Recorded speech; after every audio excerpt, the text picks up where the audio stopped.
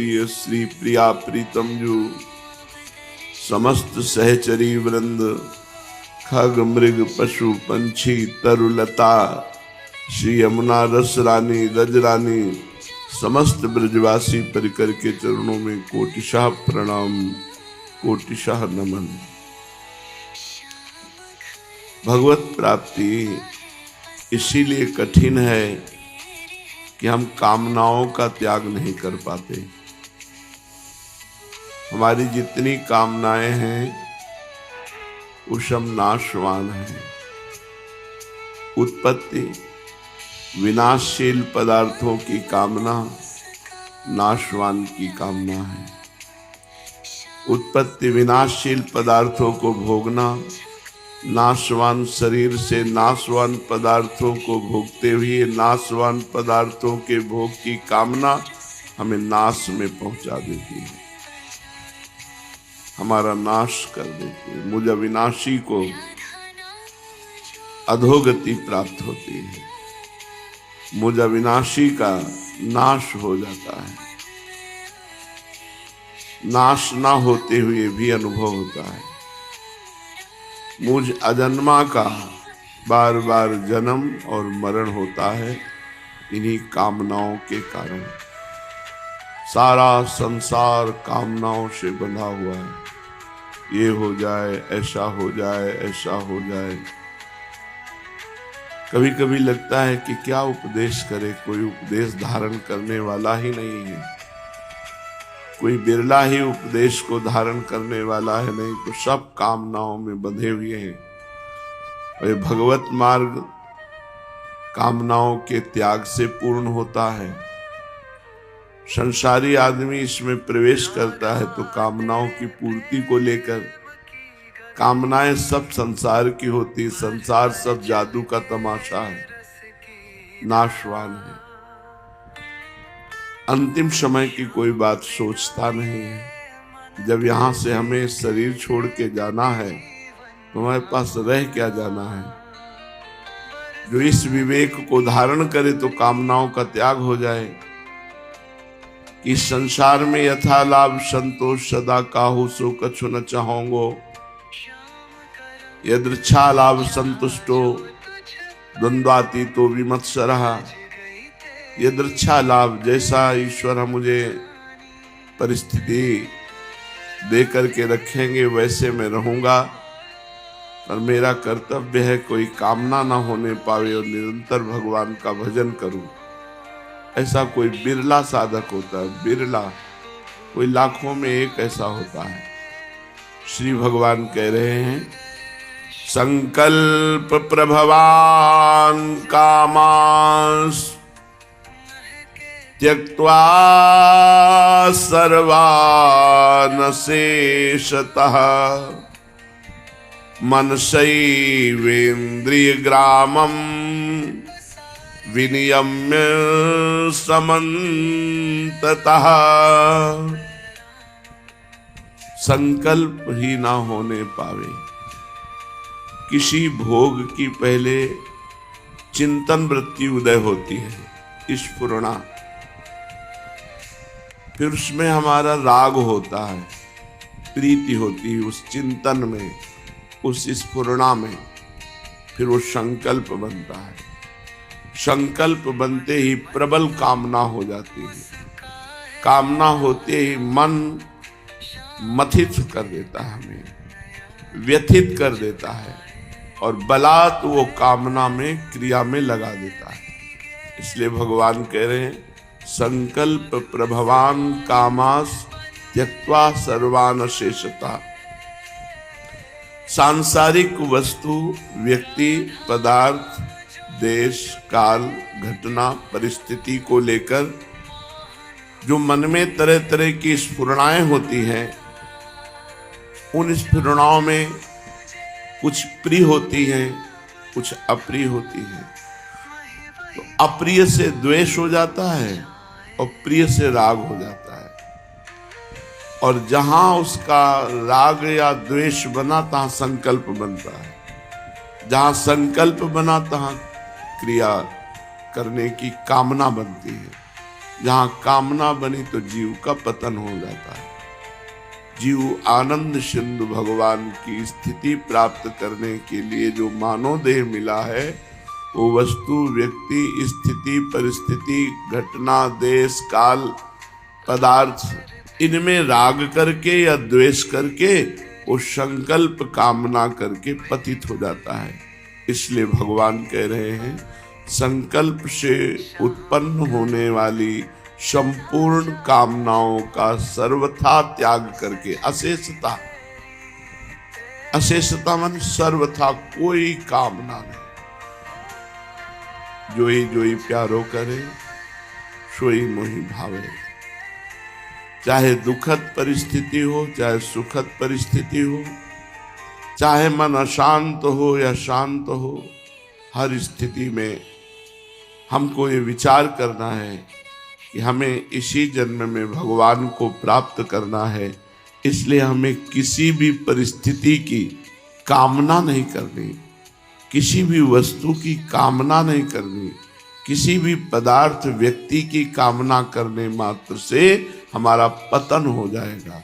क्योंकि असंगतः असंगोहम पुरुषः, ये हमारा स्वरूप है। असंगोहम, अहम असंग, न वस्तु, न व्यक्ति, न स्थान, न शरीर, न भोग, न क्रिया। ये बहुत सूक्ष्म है परमार्थ।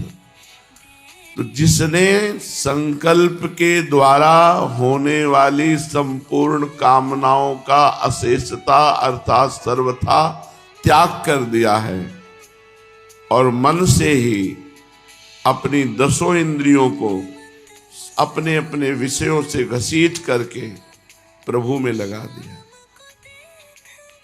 सनई सनई रूपर में बुद्ध्या धृति गृहीतया आत्म संस्थम मनः कृत्वा द किंचिदपि चिंतयेत्।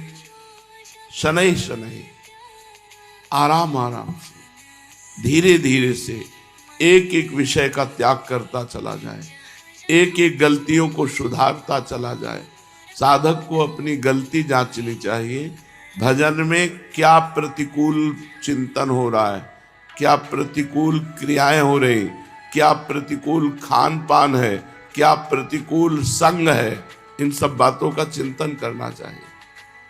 हम कितना भजन विरुद्ध देखते हैं, कितना भजन विरुद्ध सुनते हैं, कितना भजन विरुद्ध आचरण करते हैं, इनका सुधार करना चाहिए। शनै शनै, धीरे धीरे, आराम आराम से त्याग करते चले जाओ।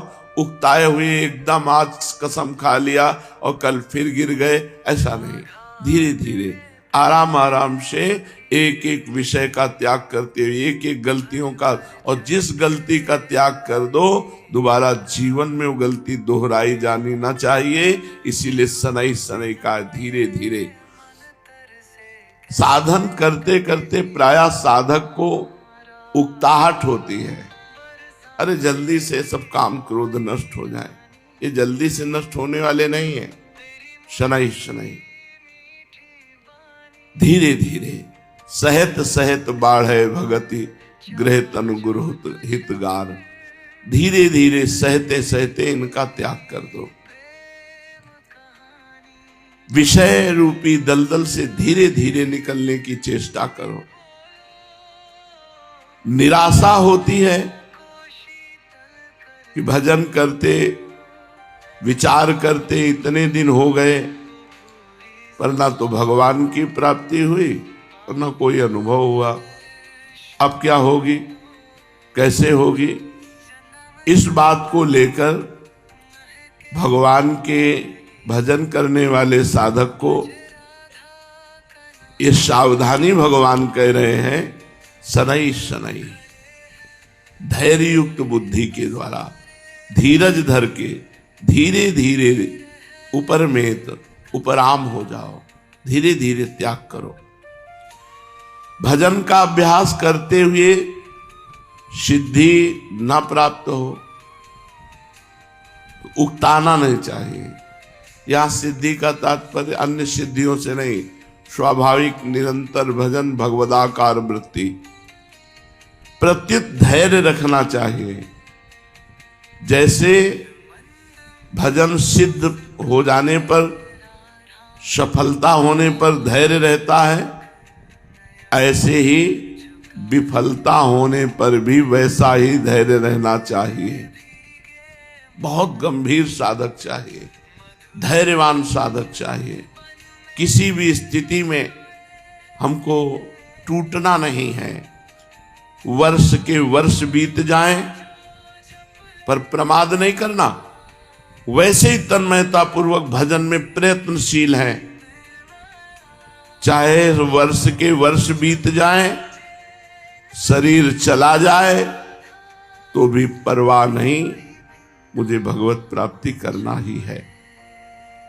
कारण इससे बढ़कर दूसरा कोई ऐसा काम है ही नहीं। इसलिए इसको समाप्त करके आगे क्या काम करना है? भगवत प्राप्ति के सिवा और कोई काम करना नहीं। यदि इससे भी बढ़कर कोई काम है तो इसको छोड़ें और उस काम को अभी करें, पर इससे बढ़कर कोई काम तो है नहीं। इस प्रकार बुद्धि को वश में कर ले। बुद्धि में मान बढ़ाई, आराम आदि को लेकर जो संसार के प्रति महत्व पड़ा है, उस महत्व को हटा दे। जब सही भजन होने लगता है ना, ये मान बढ़ाई, रुपया पैसा, सब खान पान व्यवहार, ये सब कूड़ा करकट नजर आता है, झूठा, जो हमारे साथ नहीं चलेगा, केवल हमको फंसाकर भजन से विमुख किए हैं। बुद्धि में जो मान बढ़ाई, आराम आदि को लेकर जो संसार का महत्व पड़ा है, उस महत्व को हटाना होगा। साधक को धैर्य पूर्वक इस महत्व को भी हटाना होगा। धन्य भाग है जिसको कोई जानता नहीं और भजन कर रहा है। वाह वाह, जय जय, इस पे नहीं फंसना चाहिए। ये केवल दिखावा है, माया का सत्य कुछ नहीं। इस महत्व को हटा देना चाहिए। तात्पर्य है कि जिन विषयों का त्याग करने के लिए कहा गया है शास्त्रों में, धैर्य युक्त बुद्धि से उन विषयों से उपराम हो जाए। शनै शनै रूपर में तो उपराम होने में, त्याग करने में जल्दीबाजी ना करे। धीरे धीरे उपेक्षा करते करते विषयों से उदासीन हो जाए और उदासीन होने पर उनसे बिल्कुल ही त्याग कर दे। कामनाओं का त्याग और मन से इंद्रिय समूह का संयमन करने के बाद ही उपराम अवस्था प्राप्त होती है। उसका तात्पर्य है कि किसी त्याज्य वस्तु का त्याग करने पर भी उस त्याज्य वस्तु के साथ, चूंकि त्याग कर रहे हैं इसलिए आंशिक द्वेष बना रहता है। यह भी नहीं होना चाहिए। उस द्वेष भाव का भी नाश हो जाए। उदासीन, न राग न द्वेष, हमारे काम की ही बात नहीं है। द्वेष पूर्वक त्याग टिकाऊ त्याग नहीं है। भगवत प्राप्ति में वो भी बाधा है, द्वेष पूर्वक नहीं। सब भगवान की सृष्टि है, हमारे प्रयोग की नहीं चीजें। जैसे आपको निषिद्ध भोजन, मांस आदि, इससे न राग है न द्वेष है, कोई मतलब है नहीं। ऐसे प्रत्येक निषिद्ध वस्तुओं से, शास्त्र विरुद्ध बातों से, शास्त्र विरुद्ध भोगों से उदासीनता है, उपराम है। वो न राग है न द्वेष है। सच्ची पूछो तो जब उपराम स्थिति प्राप्त हो जाती, तो ऐसे पास में बैठा एक सात्विक भोजन पा रहा हो, एक तामसिक पा रहा हो, उसको कोई मतलब नहीं। न सात्विक वाले से राग है, न तामसिक वाले से घृणा है। लीला हो रही, सतोगुण की, तमोगुण की, रजोगुण की लीला हो, उसको किसी से कोई तात्पर्य नहीं, न राग न द्वेष। इधर एक पूजा कर रहा है, उधर एक वध कर रहा है, दोनों में उसकी उपराम स्थिति रहती है। इधर यज्ञ हो रहे हैं, उधर हाहाकार मचा, दोनों में उपराम स्थिति रहती है। उपरामता तो ज्ञान की प्रथम भूमिका में ही आ जाती है। इतनी उपरामता, एक तरफ सुंदरी स्त्री खड़ी, एक तरफ सिंह खड़ा है, न सिंह से भय है न स्त्री से आकर्षण। ये प्रथम भूमिका है, ये प्रथम भूमिका, शांत प्रथम भूमिका है, ज्ञान की प्रथम भूमिका है। द्वितीय भूमिका में सर्व विषयों का त्याग हो जाता है, शेष रहती आसक्ति। तृतीय भूमिका में आसक्ति का विनाश हो जाता है। चौथी भूमिका में वो समाधिस्थ होने लगता है। पांचवी भूमिका में वो जड़ भरत जी की स्थिति में आ जाता है। छठी भूमिका में संप्रज्ञात समाधि, सातवीं में असंप्रज्ञात समाधि, आठवीं में उस देह शुद्ध भूला मर्त तुल्य, मर्त तुल्य। 8 भूमिकाएं ज्ञानी की। उपासक अभी किसी भूमिका में नहीं। एक तरफ सिंह खड़ा, एक तरफ स्त्री खड़ी है। न स्त्री के आसक्ति का राग है, न सिंह से मृत्यु का भय है। ये प्रथम भूमिका ज्ञान की। ज्ञान की प्रथम भूमिका में साधक की इतनी उच्च कोटि की अवस्था हो जाती है। तो उपराम हो विषयों से, द्वेष नहीं। अरे ये नहीं, नहीं हमारे काम की वस्तु नहीं, न कोई घृणा है, न कोई द्वेष है किसी से, सब भगवान की सृष्टि है।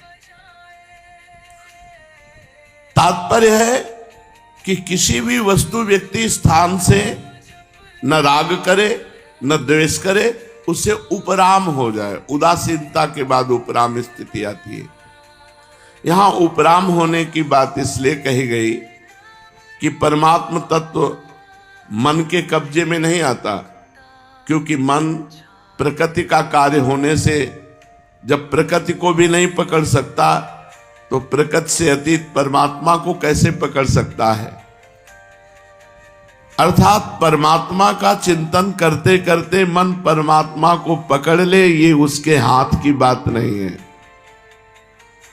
जिस परमात्मा की शक्ति से मन अपना कार्य करता है, उसको मन कैसे पकड़ सकता है। यन मनसा न मनुते ये नाहुर मनोमतम। जैसे जिस सूर्य के प्रकाश से दीपक बिजली आदि प्रकाशित होते हैं, वे दीपक आदि सूर्य को कैसे प्रकाशित कर सकते हैं। कारण कि उनमें प्रकाश तो सूर्य से ही आता है। ऐसे ही मन बुद्धि आदि जो कुछ शक्ति है, वो सब भगवान से आती है, प्रभु से आती है। अतः वे मन बुद्धि आदि उस प्रभु को नहीं पकड़ सकते। दूसरी बात है, संसार की तरफ चलने से मन ने सुख नहीं पाया, केवल दुख ही दुख पाया। अतः संसार के चिंतन से प्रयोजन नहीं रहा, तो उपराम हो गया। द्वेष नहीं हुआ, उपराम हो गया। अब अच्छा ही नहीं लगता कुछ, क्योंकि सब झूठा, सब धोखेबाज। आत्म संस्थम मनः कृत्वा, सब जगह एक सच्चिदानंद परमात्मा ही परिपूर्ण है। जब साधक समस्त संकल्पों से उपराम हो जाता है, तो उसे सब जगह एक परमात्मा का अनुभव होता है। कैसे? जैसे गहरे जल में डूब जाओ तो आपकी हर इंद्री में जल ही जल है।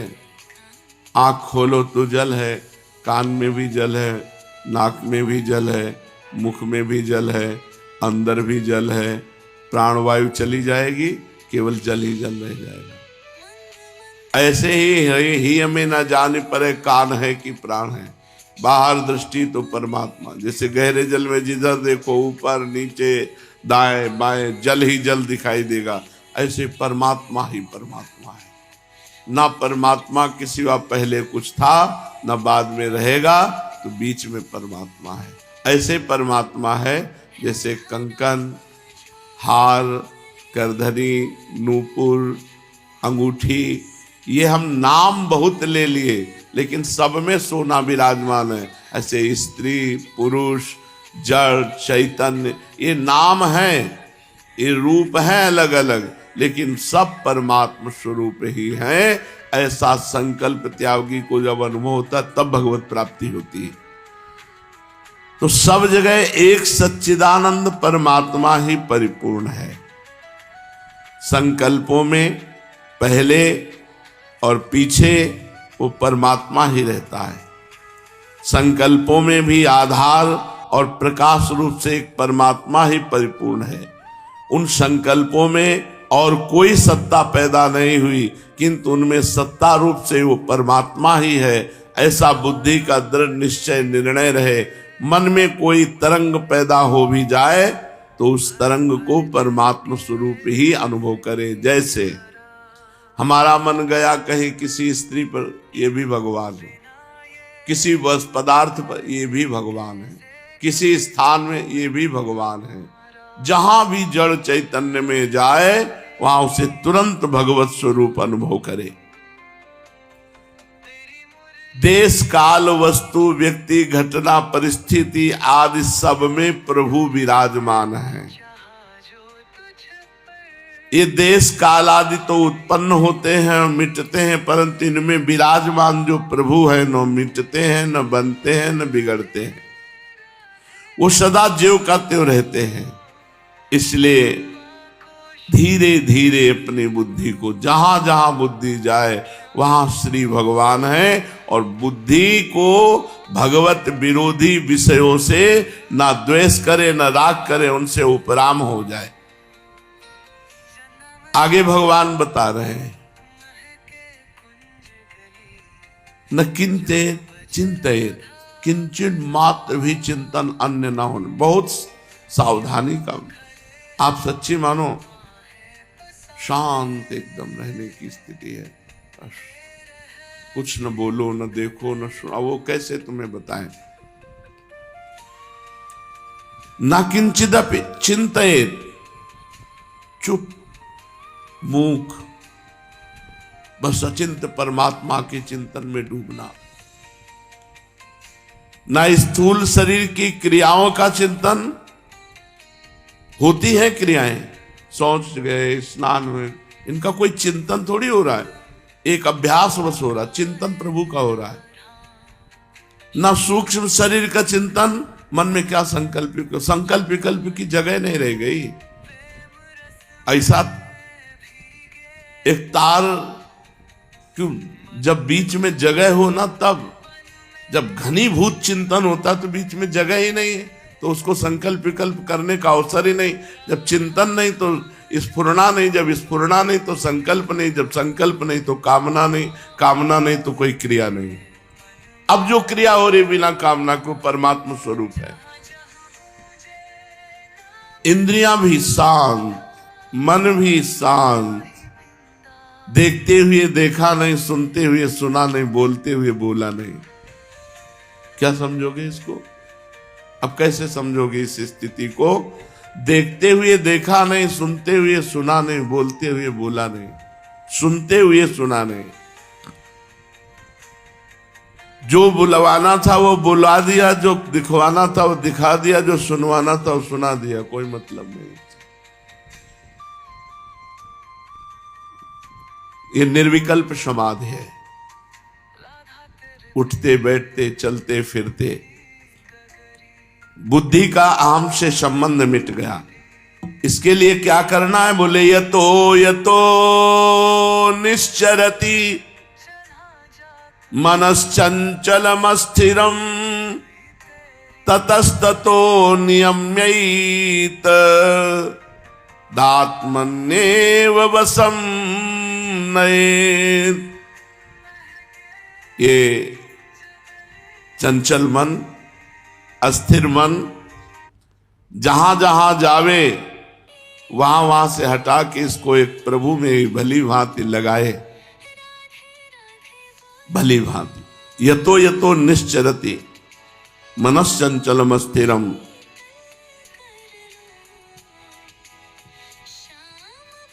भगवान स्वयं बोल रहे हैं, साधक जो अपना लक्ष्य बनाया है, नाम जप, मंत्र जप, भगवत ध्यान, उससे में ये मन टिकता नहीं है, सबकी शिकायत रहती है, ठहरता नहीं है, इसलिए इसको अस्थिर कहा गया। अस्थिर माने चलायमान।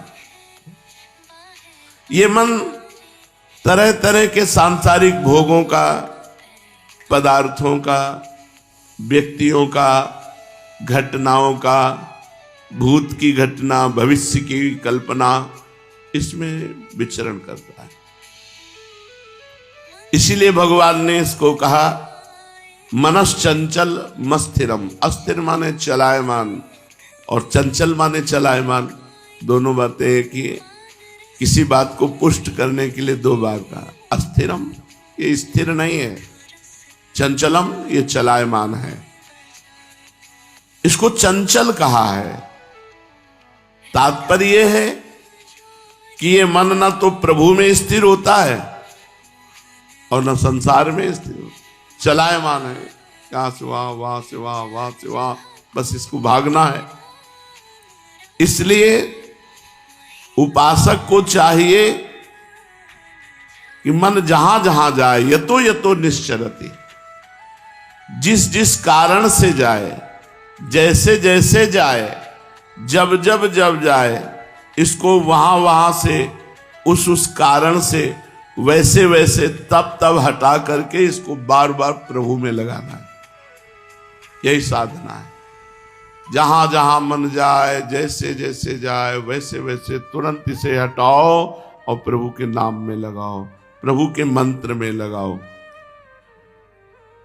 अस्थिर और चंचल मन का नियमन करने में साधक को सावधानी रखनी, पूरे जीवन भर ढिलाई नहीं करनी। ढिलाई क्या करते हैं? जैसे मन कुछ सोच रहा है, अब नाम जब धीमा पड़ा, उसकी सोच में आप बह गए, नहीं। आपका इतना लक्ष्य नाम जप में दृढ़ होना चाहिए कि एक नाम जप के भीतर मन भागा, तुरंत उसे घसीट के वहीं ले आए। और ये लाना होता है, बस आप जान जाओ कि ये गया सो तुरंत आ जाएगा। इसको ऐसे लाना होता है। एक धुन नाम मंत्र की चलाओ, इसको भागने का अवसर मत दो। भाग रहा है, उपेक्षा कर दो, तुरंत जहां उपेक्षा किए वो आ जाएगा, तुरंत आ जाएगा। मन को प्रभु में लगाने का तात्पर्य है, ध्यान दीजिए, जब ये पता चला कि अब गया, तो वो आ जाएगा। जहां पता चला कि ये किस पदार्थ में गया, किस व्यक्ति में गया, किस घटना में गया, किस भोग में गया, तो तुरंत उसका विचार चालू हो गया। इनका कोई अस्तित्व नहीं, बार बार गंदी बात। इस समय हमें नाम जप करना, बार बार भाग रहा है, जहां से वो तुरंत आ जाएगा, फिर नाम में लगेगा, फिर भागेगा, फिर हटाओ, फिर नाम में लगाओ। या जिस वस्तु व्यक्ति स्थान में जाए, उसी में भगवान को देखो। ये भी तो भगवान है, इनमें भी भगवान है, इनके अंतर में भगवान बैठा हुआ है। ये जब शरीर नहीं था तब भगवान थे, जब शरीर नहीं रहेगा तब भी भगवान रहेंगे, अब भी भगवान ही हैं। दो बातें भगवान ने बताई। जहां जहां मन जाए वहां से हटा करके नाम मंत्र ध्यान में लगाना, प्रभु में लगाना, या जहां जहां मन जिस वस्तु व्यक्ति स्थान में जाए उसी में भगवान को देखना। मन जिस किसी इंद्री के विषय में, जिस किसी व्यक्ति, वस्तु, घटना, परिस्थिति आदि में चला जाए, उसका चिंतन करने लग जाए, उसी समय उसे हटाकर प्रभु में लगाना चाहिए। फिर चला जाए, फिर प्रभु में लगाए। इसे बार बार ऐसा करने से इसे अभ्यास कहते हैं। धीरे धीरे धीरे धीरे लग जाएगा। करत करत अभ्यास के जड़ मत होत सुजान, रस्सी आवत जात ही सिल पर होत निशान। दूसरा, जहां जहां मन जाए वहां वहां ही प्रभु को देखो। कोई वस्तु, व्यक्ति, नाम रूप जो आए, सब में प्रभु विराजमान। तीसरा, साधक जब प्रभु में मन लगाने का अभ्यास करता है तब संसार की बातें याद आती हैं। इससे साधक घबरा जाता है कि जब मैं संसार का काम करता हूं तब इतनी बातें याद नहीं आती, इतना चिंतन नहीं होता, परंतु जब प्रभु में मन लगाने का अभ्यास करता हूं तब मन में तरह तरह की बातें याद आने लगती हैं। पर ऐसा समझकर साधक को घबराना नहीं चाहिए, क्योंकि जब साधक का उद्देश्य प्रभु की प्राप्ति बन गया है तो अब संसार के चिंतन के रूप में भीतर से ये कूड़ा कचरा निकल रहा है, ऐसा सोचे। 3 सूत्र बताए गए अभी। पहला, जहां जहां मन जाए वहां से हटा के प्रभु में लगाना। दूसरा, जहां जहां मन जाए वहां प्रभु को ही देखना। तीसरा ये कि अब हमारा लक्ष्य भगवत प्राप्ति है, अब हमारा भजन चल रहा है, तो मन में जितना कूड़ा कचरा संसार का है वो सब डिलीट हो रहा है, वो सब निकल रहा है। भीतर से हमारे मन की सफाई हो रही है। तात्पर्य कि सांसारिक कार्य करते समय ये मन संसार का कूड़ा कचरा, बात, चित्र, ये सब समेटता है, और जब भजन करते हैं तो वही निकल निकल कर बाहर नष्ट होता है। चौथा, साधक को प्रभु का चिंतन करने में कठिनता इसलिए पड़ती है कि अपने को पहले सांसारिक मानता है। मैं गृहस्थ हूं, मैं पुरुष हूं, मैं स्त्री हूं, ये सब शरीर को लेके मानना सांसारिकता को मान्यता देना है। अतः संसार का चिंतन स्वतः होता है और उसे प्रभु का चिंतन जबरदस्ती करना पड़ता है। इसलिए साधक को चाहिए कि भजन के पहले ये चिंतन करे, मैं प्रभु का और प्रभु मेरे। इससे बड़ी सहायता मिलेगी।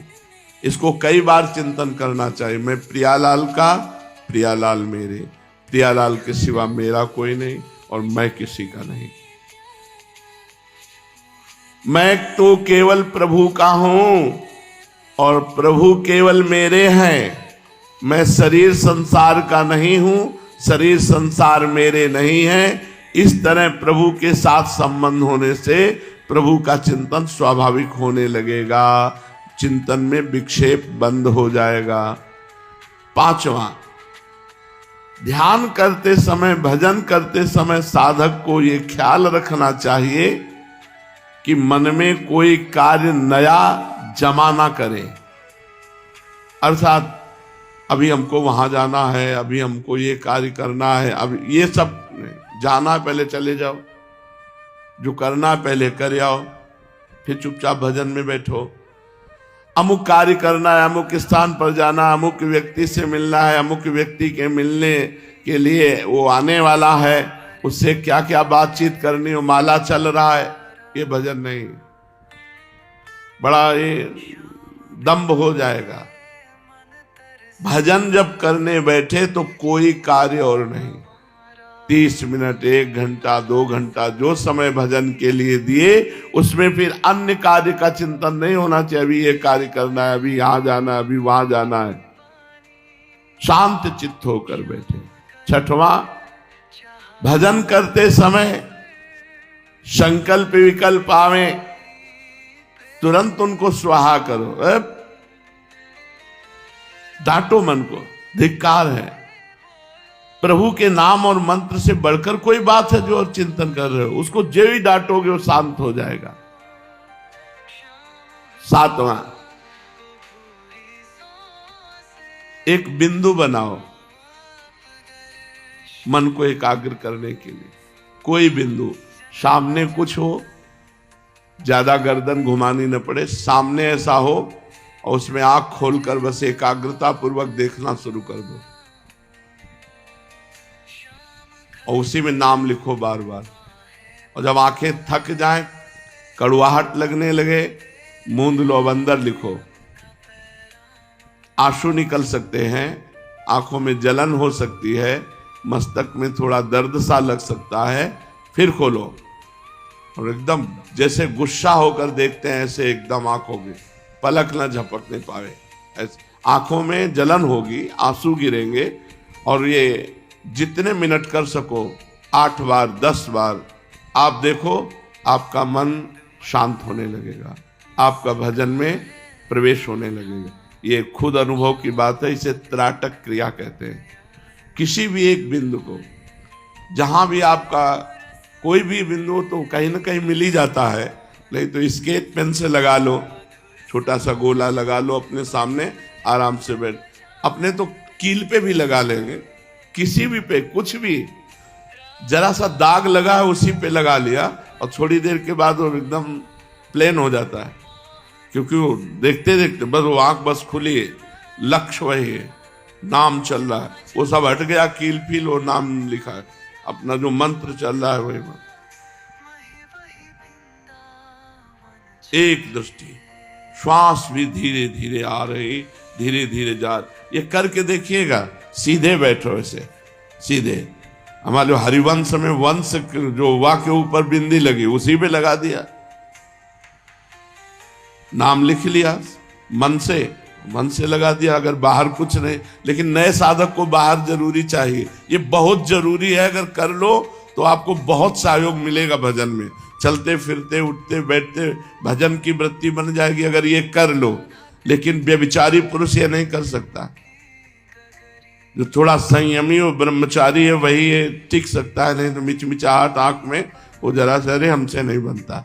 नहीं, बनना क्या है, सिंहवत एक जगह पर देखना शुरू कर दो, वो आंखों में जलन हो तो फिर ऐसे मूंद लो, फिर आंसू गिरेंगे, फिर ऐसे करो, 8-10 बार ऐसे करो, आप देखना आपको लाभ मिले।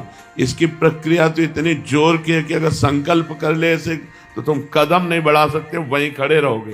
त्राटक के हमने देखा है, ये आज की बात नहीं, ये 35-40 वर्ष पहले की बात है। जैसा सोचा है कि आदमी वहीं खड़ा रहे 5 मिनट, तो वहीं खड़ा रहेगा, उससे पूछो क्यों खड़े थे, पता नहीं, 5 मिनट वहीं खड़ा रहेगा वो। मंत्र आदि तो स्वाभाविक फिर चलने लगता है।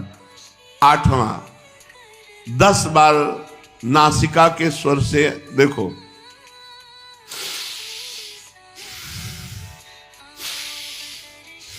इसका प्रभाव है, ये कोई खिलवाड़ नहीं है।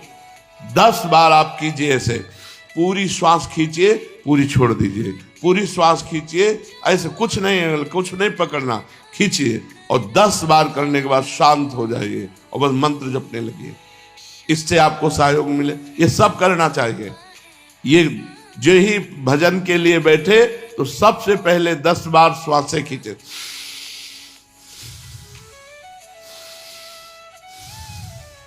ये खींचो और निकालो, और फिर कोई त्राटक क्रिया करो, किसी बिंदु पर त्राटक करो, और फिर जब थक जाओ तब आंख मूंद कर, और ये सब मंत्र जपते हुए होना चाहिए, नाम जपते होना चाहिए। ये मन को यतो यतो निश्चरति मनश्चंचलम अस्थिरम, अस्थिर मन, चंचल मन को स्थिर करने के ये 8 उपाय बताए गए। पहला, जहां जहां मन जाए वहां से हटा के नाम मंत्र में लगाना। दूसरा, जहां जहां मन जाए वहीं भगवान को देखना। तीसरा, मन का कूड़ा करकट सब डिलीट हो रहा है। चौथा, भगवान के चिंतन में इसलिए कठिनाई आ रही कि मैं संसार को अपना मानता हूं, मैं संसारी हूं, मैं गृहस्थ हूं, ऐसा मानता हूं। नहीं, मैं प्रियालाल का हूं, प्रियालाल मेरे हैं। पांचवा, ये मन में ध्यान रखना चाहिए कि अमुक कार्य करना है, अमुक कार्य करना है, ये हमारे संकल्प न बनने पावे, भजन के समय भजन ही करना है। छठवां, संकल्प विकल्पों का नाश, जो ही संकल्प विकल्प उठे, अरे सब नाशवान झंझट है, हटाओ, राधा राधा राधा राधा राधा। सातवां, एक बिंदु पर देखना। आठवां, श्वासों को 10 बार निकालना और छोड़ना। प्रशांत मनसं ह्रेनं योगिनं सुखमुत्तमं उपैति शांत रजसं ब्रह्मभूतमकल्मषं। आहा, जिसका निरंतर भजन होता है, मन शांत होकर भजन में लग गया, वो अकल्मषम, वो निष्पाप महापुरुष हो जाता है। वो गंगा जी को भी स्पर्श करे तो गंगा जी पाप रहित हो जाए, ऐसा भजन का फल है। तीर्थी कुर्वन्ति तीर्थानि, वो जहां चरण रख दे तो तीर्थ बन जाए।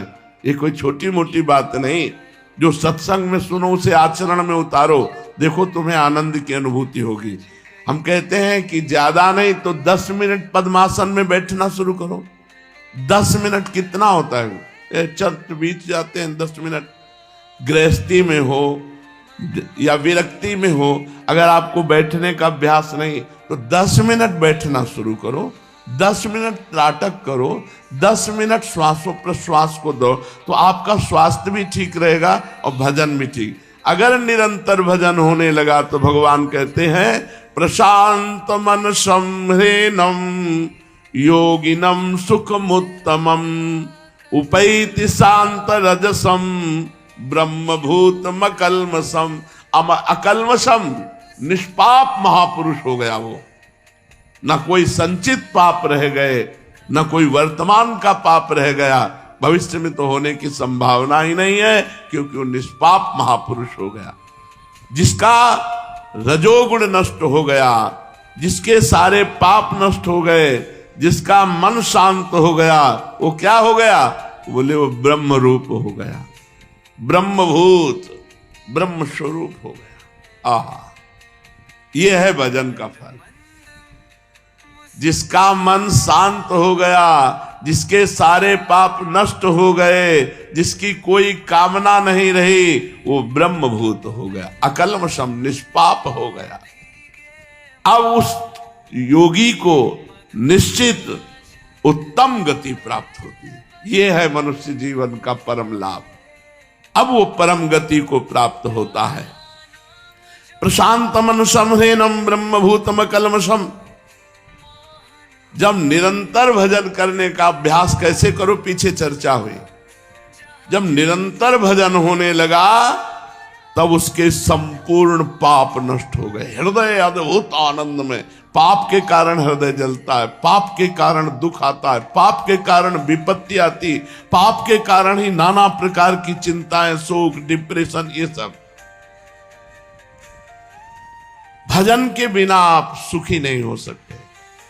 भजन करने में मन चंचल होता है, उसको रोकने का भगवान ने उपाय बताया।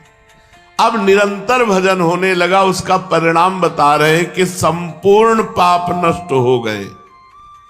पाप होते हैं तमोगुण से, रजोगुण से। तमोगुण अप्रकाश, अप्रवृत्ति, प्रमाद, निद्रा, ये सब नष्ट हो गए। अरे देव हो गया, भगवत स्वरूप। तभी तो कहा ब्रह्मभूत, साक्षात ब्रह्म स्वरूप हो गया वो। ऐसे योगी को अकल्मष कहा है, निष्पाप। रजोगुण, लोभ, प्रवृत्ति, नए नए कर्मों में लगना, अशांति, स्पृहा, ये सब नष्ट हो गए। तमोगुण, रजोगुण की वृत्तियां शांत होने से मन स्वाभाविक शांत हो गया। जिसकी प्रकृति संबंधी कोई भी संकल्प विकल्प की वृत्ति ही नहीं रही। क्या बात है, कोई संकल्प विकल्प की। एक तार भजन, ये ऐसा बड़ा कठिन नहीं है। अभ्यास करो। ये जो आज चर्चा सुन रहे हो, इसका अभ्यास करो, फिर देखो आप बताना कैसा। ये खुद अनुभव की हुई बात है, खुद की हुई बात है। स्वाभाविक शांत मन वाले योगी को प्रशांत मनसा। अब उसे शांत नहीं करना पड़ता, मन शांत है, तभी उसमें कोई स्फुरणा नहीं उठ रही, कोई संकल्प नहीं बन रहा। तो किसी क्रिया होते हुए भी किसी क्रिया की अहम बुद्धि नहीं होती, मैंने किया।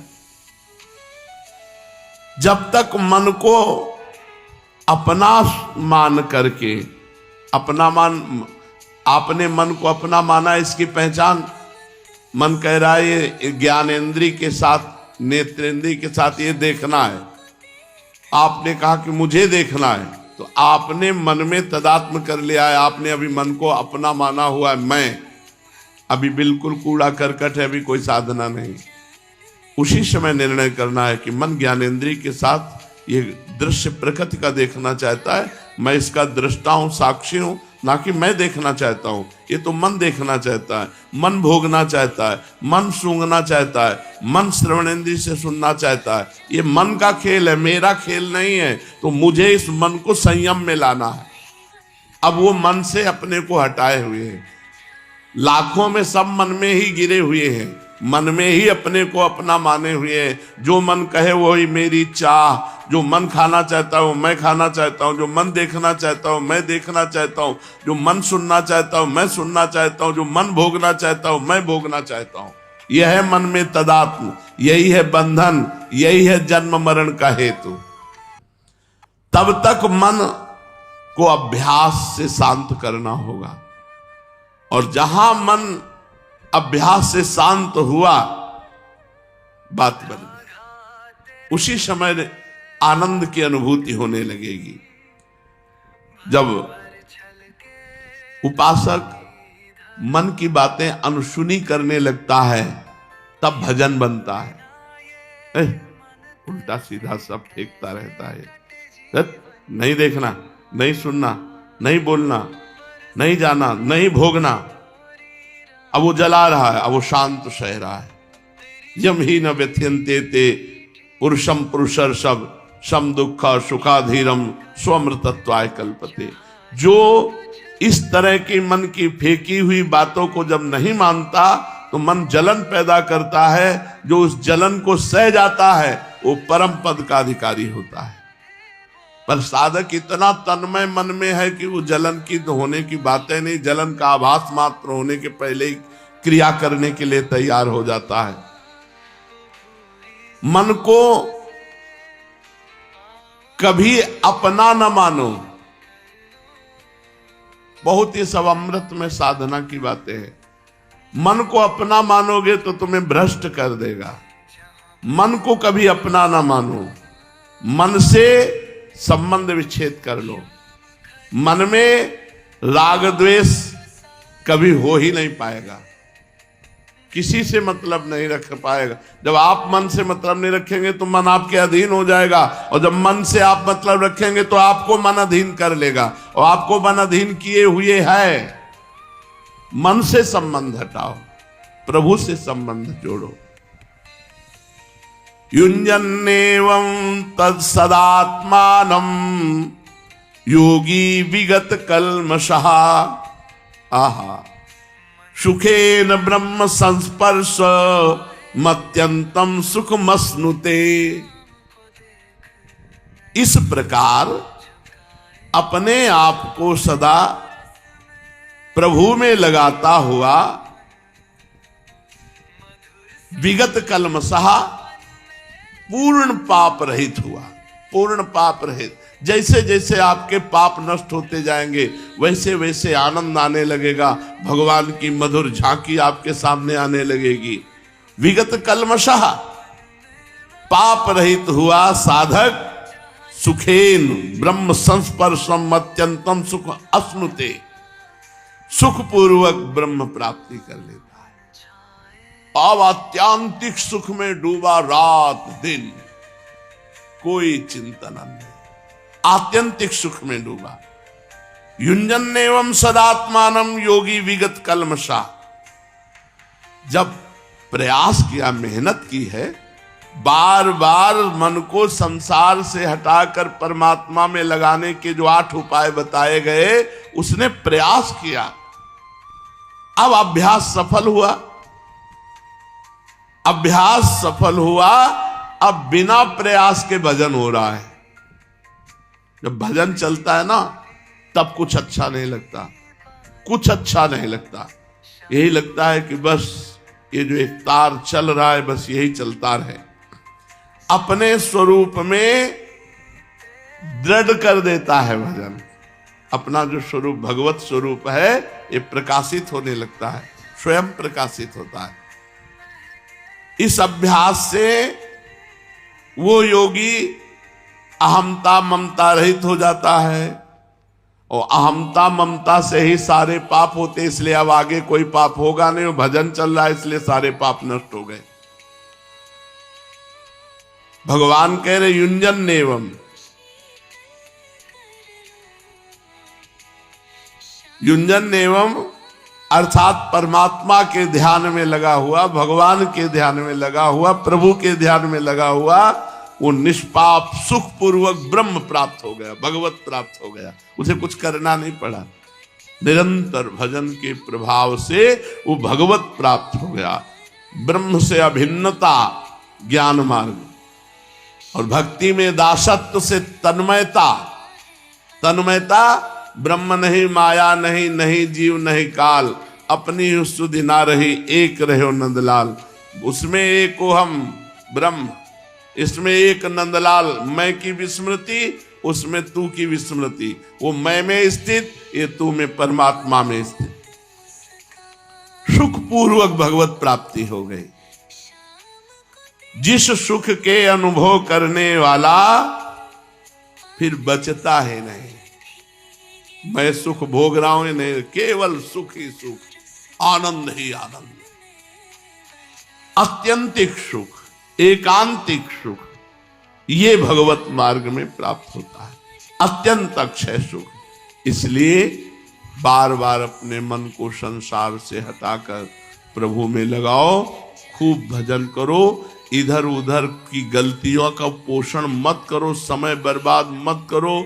बहुत सूक्ष्म मार्ग है, बड़े दुर्लभ हमारे भाग्य हो गए जो हमको वृंदावन मिला, हमको सत्संग मिला, हमको भजन करने का समय भगवान ने दिया। इसलिए दांती पीस करके नियम लो, भजन के सिवा हम और कुछ नहीं करेंगे, कभी कोई गलती नहीं करेंगे, कभी कोई पाप नहीं करेंगे। और जहां मन पाप, तो उस समय मन से अलग हट जाओ, मन से अलग हट करके निरंतर भजन करो, इसी जन्म में सुखपूर्वक भगवत प्राप्ति करो। शेष चर्चा आगे। श्री राधा वल्लभ।